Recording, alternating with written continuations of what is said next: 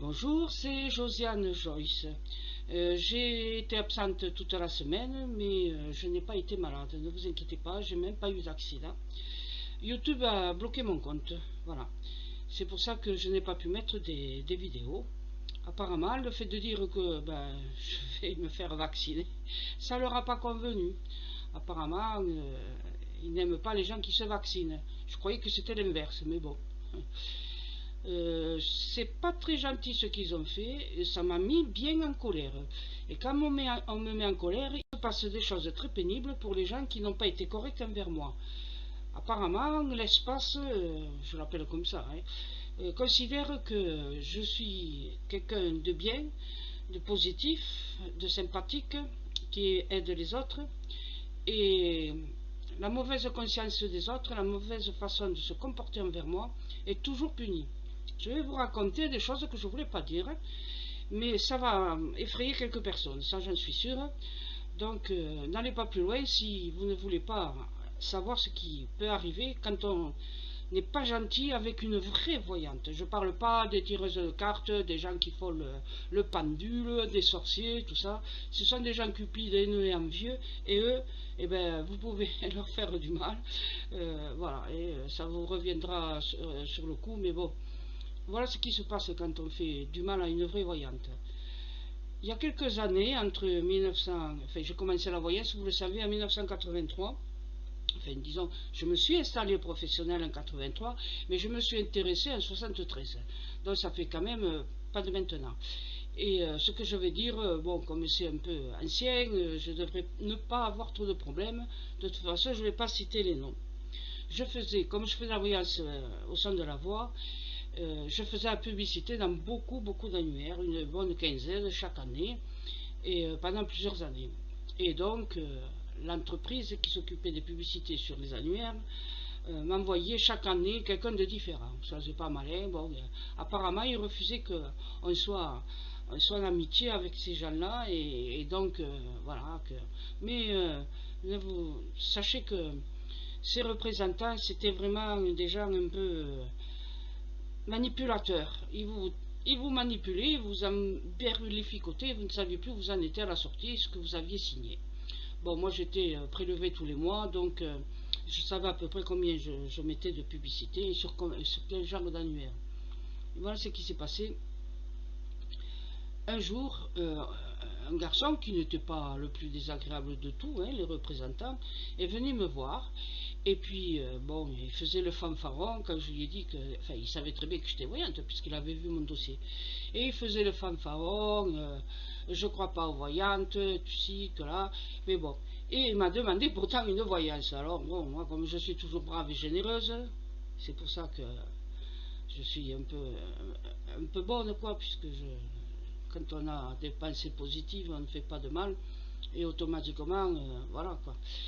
Et alors je lui dis, tiens, c'est bizarre. Il me dit qu'il vient de construire sa maison, qu'il est tout heureux, qu'il va pas tarder à y habiter. Et il me demande si ça va bien se passer, quoi, l'aménagement et tout ça. Oh bon, moi je lui dis, vous savez, ce que je vois, c'est un peu embêtant parce qu'il y a quelque chose qui se passe à la cave. Il me dit quoi, à la cave? À la cave, c'est comme toutes les caves, quoi. Voilà, pour l'instant, il n'y a rien, puisque on installera quand on déménagera, quoi. Ah bon, j'ai dit, écoutez, soyez prudents avec la cave, et moi je vois qu'il se passe quelque chose qui peut être extrêmement désagréable plus tard. Croyez-moi, lui, il ne m'a pas cru.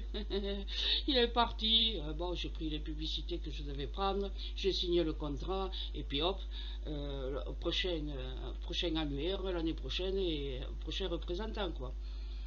Quelques temps plus tard, donc l'année suivante, je me retrouve avec un nouveau prospecteur.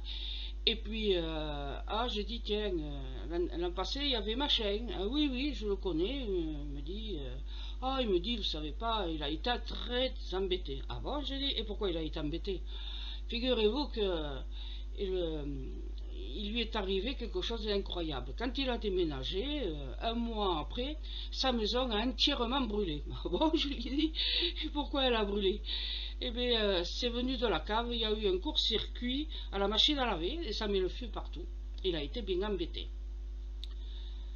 quand on manipule les gens. Mais quelques années plus tôt,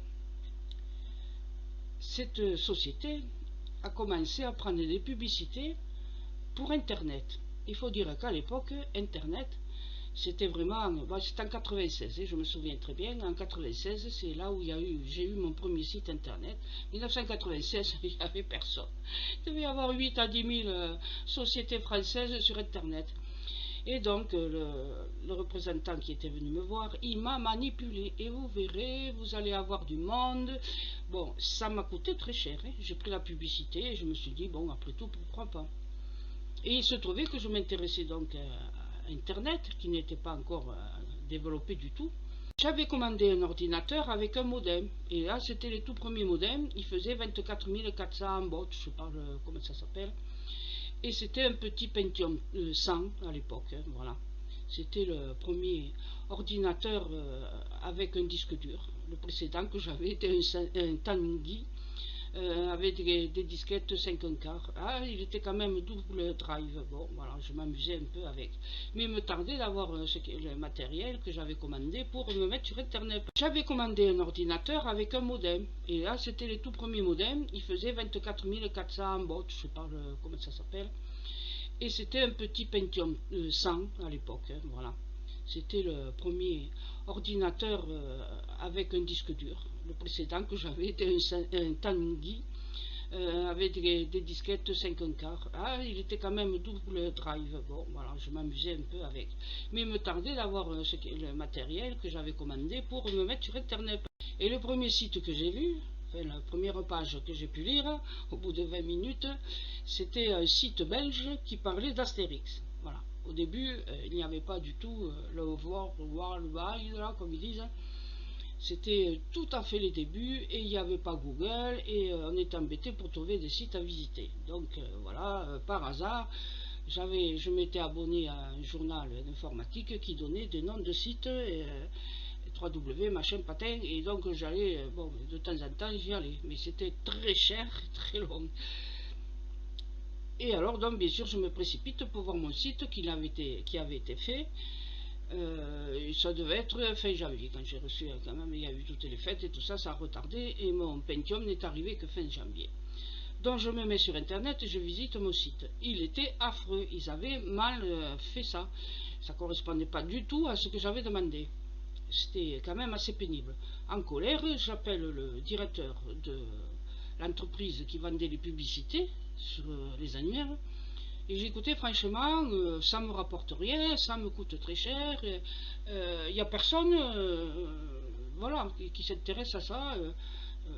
Bon, j'ai été manipulé, j'ai dit, par votre représentant. Vous avez réussi, il a réussi à me vendre un site très cher qui ne fonctionne pas, qui ne rapporte rien. C'est pas très gentil de faire ce genre de choses, parce que quand même, je vous en prends assez dans la publicité sur les annuaires écrits.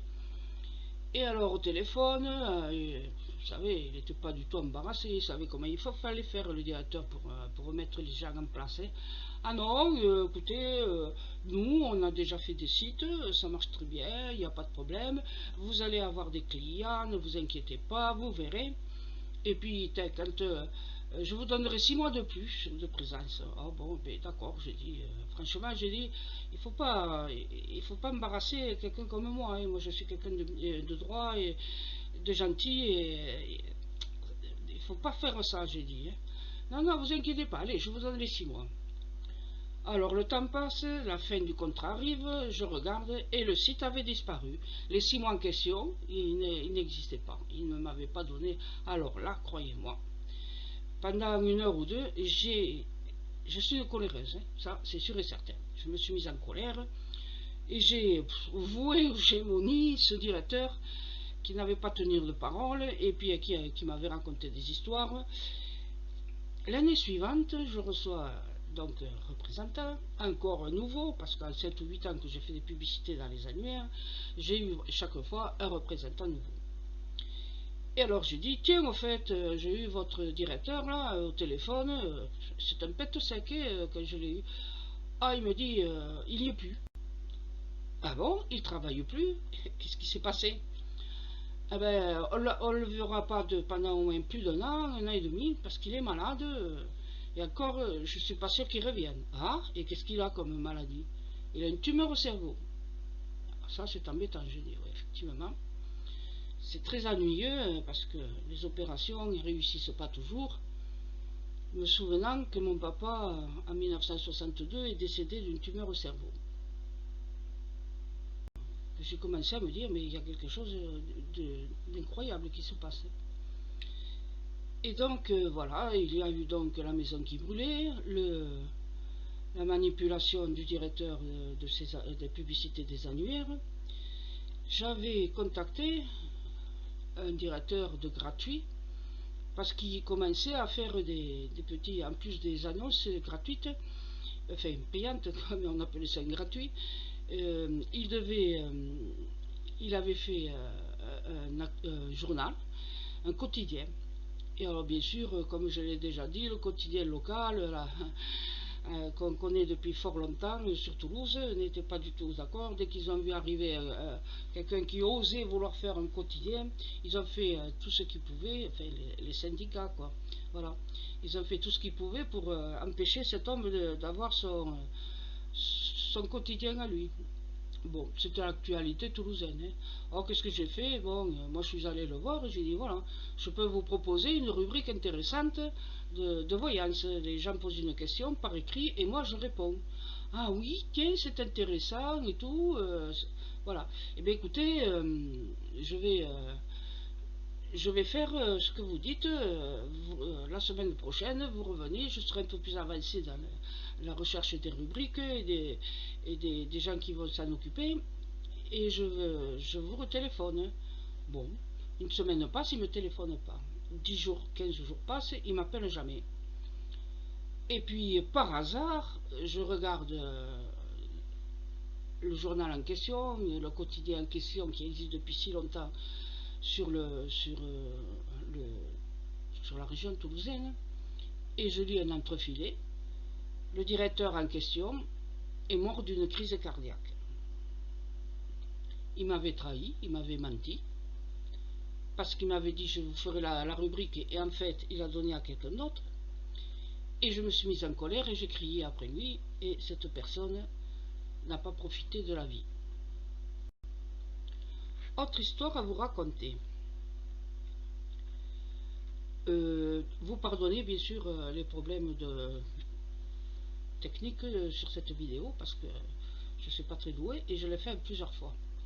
Surtout, il me faut me souvenir de ces histoires un peu bizarroïdes qui sont produites et qui ne sont pas de mon fait d'une certaine façon.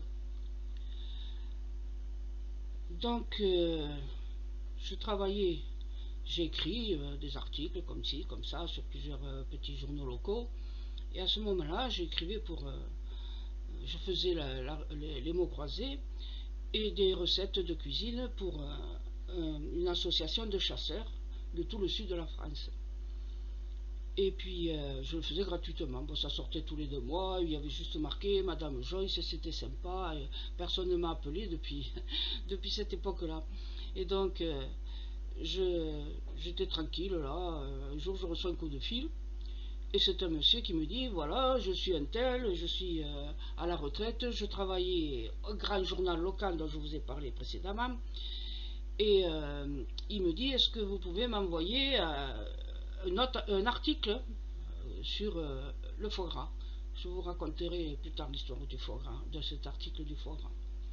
Bah, je dis, ouais, si vous voulez, je peux faire quelque chose. Hein. Et il me dit, écoutez, j'ai remarqué que vous avez fait beaucoup de recettes de cuisine et de mots croisés et vous n'êtes pas payé. Bah, non, je lui dis, il y a mon nom, bon, ça va, ça me suffit, ça me fait plaisir. Moi. Il me dit, non, non, non, il n'en est pas question.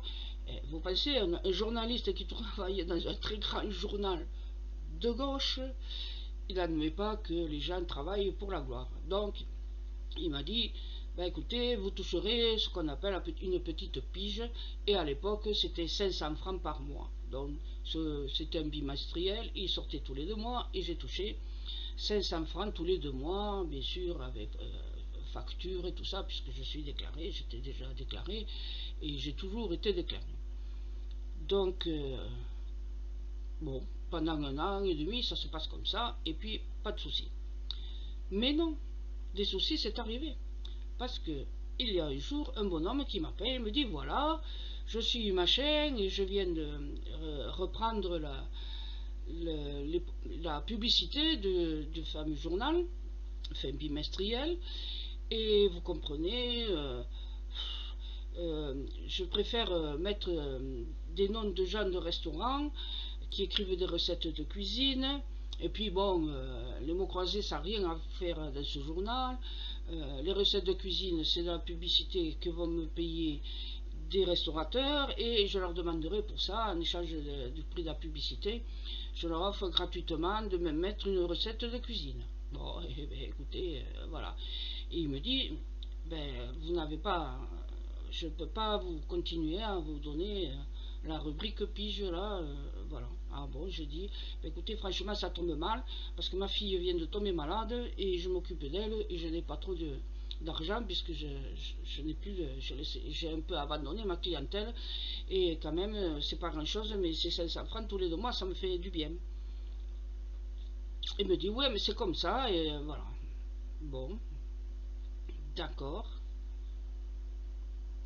Quelques temps plus tard, je me reçois un coup de fil de la secrétaire qui me dit, voilà, il faut que vous me fassiez un récapitulatif de toutes les factures que vous avez envoyées.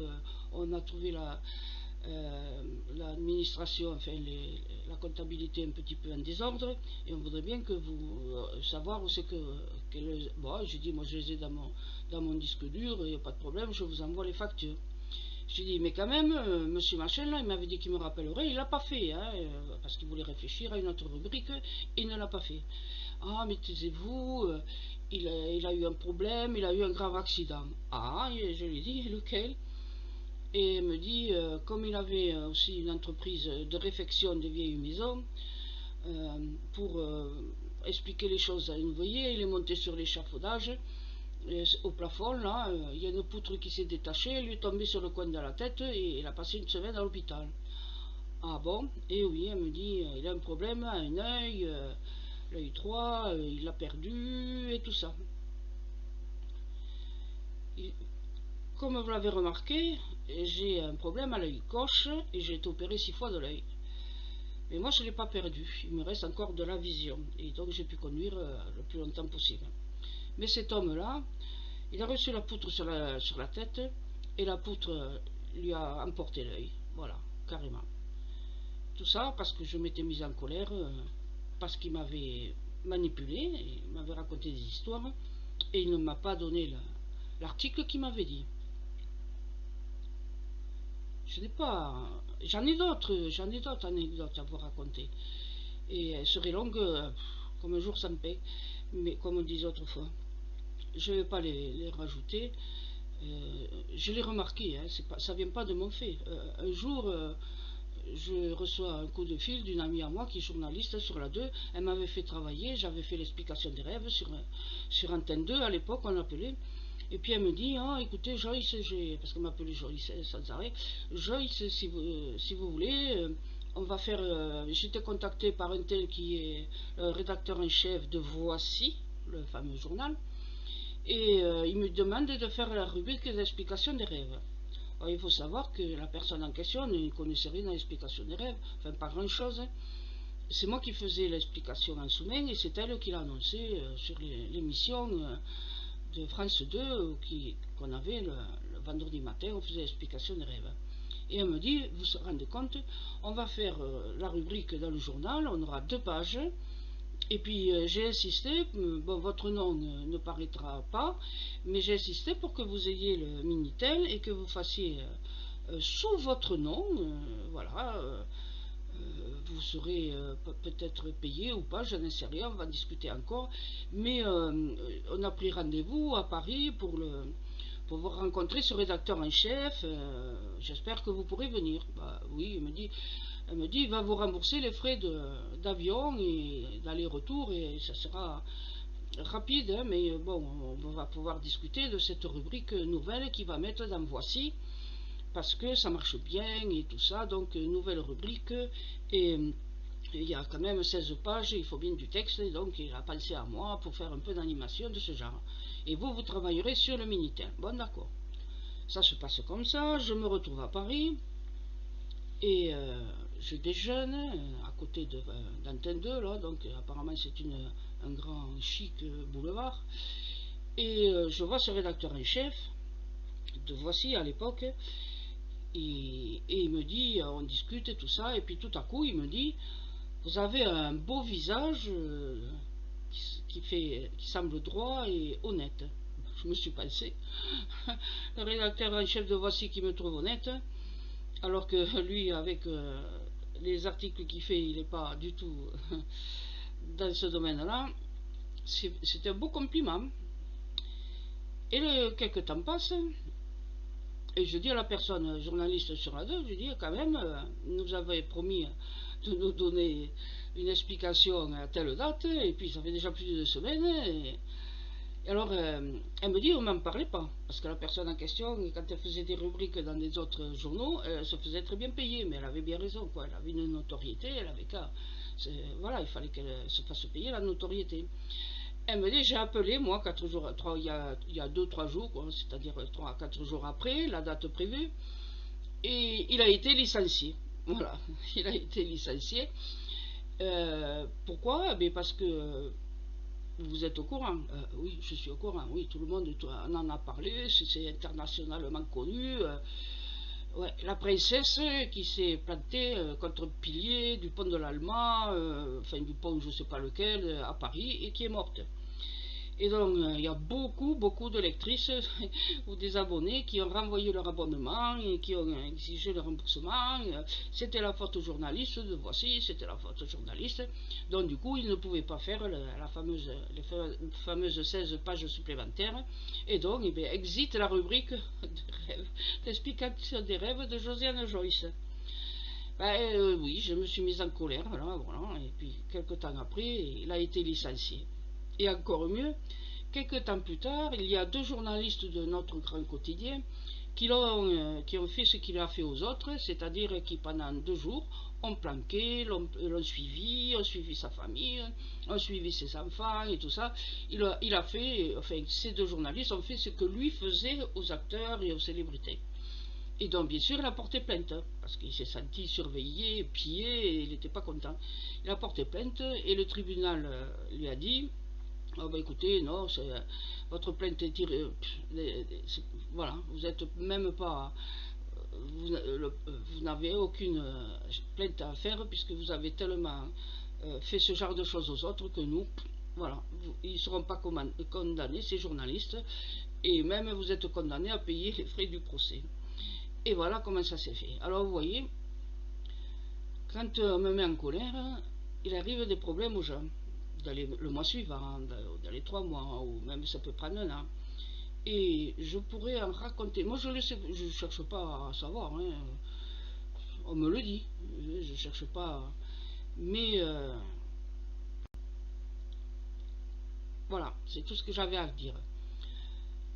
N'hésitez pas à m'excuser pour les problèmes techniques de cette vidéo. Merci.